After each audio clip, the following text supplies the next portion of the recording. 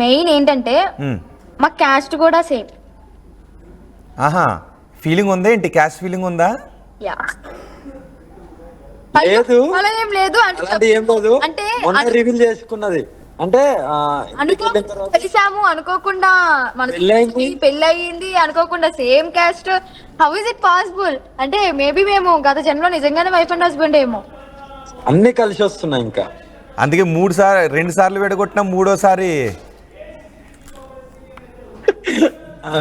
Yeah మూడోసారి బంధం ఇలాగే స్ట్రాంగ్ గా ఉంటది ఇంకా. Yeah. ఎప్పుడు విడిపోదు.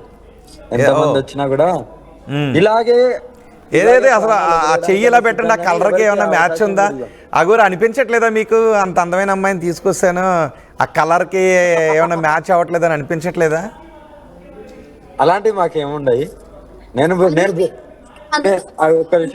బూడిద రాసుకుంటే ఈమె కంటే అందంగా ఉంటాను. ఓకేనా? బూడిద రాసుకుంటా తెల్లగా ఉంటాం కదా, చితాభస్మం కదా. చితాభస్మం.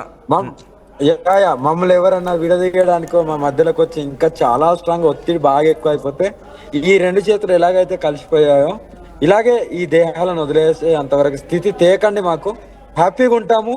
ఓకేనా? తెలుగు రాష్ట్రాలలోకి రాకపోయినా మాకేమో అంత ఇదేం కాదు.